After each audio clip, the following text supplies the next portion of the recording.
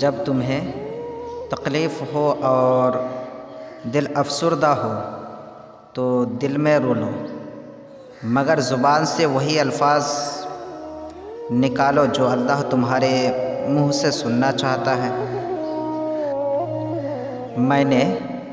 मैंने ज़िंदगी में एक ही बात सीखी है कि इंसान को कोई चीज़ नहीं हरा सकती जब तक कि वह खुद हार ना मान ले। दिखावे की खूबियाँ खामियों से भी बदतर होती है। आग में वो आग कहाँ जो लोग बातों से लगा देते हैं। दौलत एक ऐसी तितली है जिसे पकड़ते पकड़ते आदमी अपनों से बहुत दूर निकल जाता है।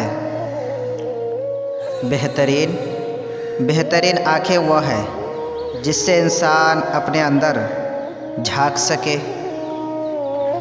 तौबा करने वालों के साथ बैठा करो, क्योंकि वह सबसे ज़्यादा नरम दिल होते हैं।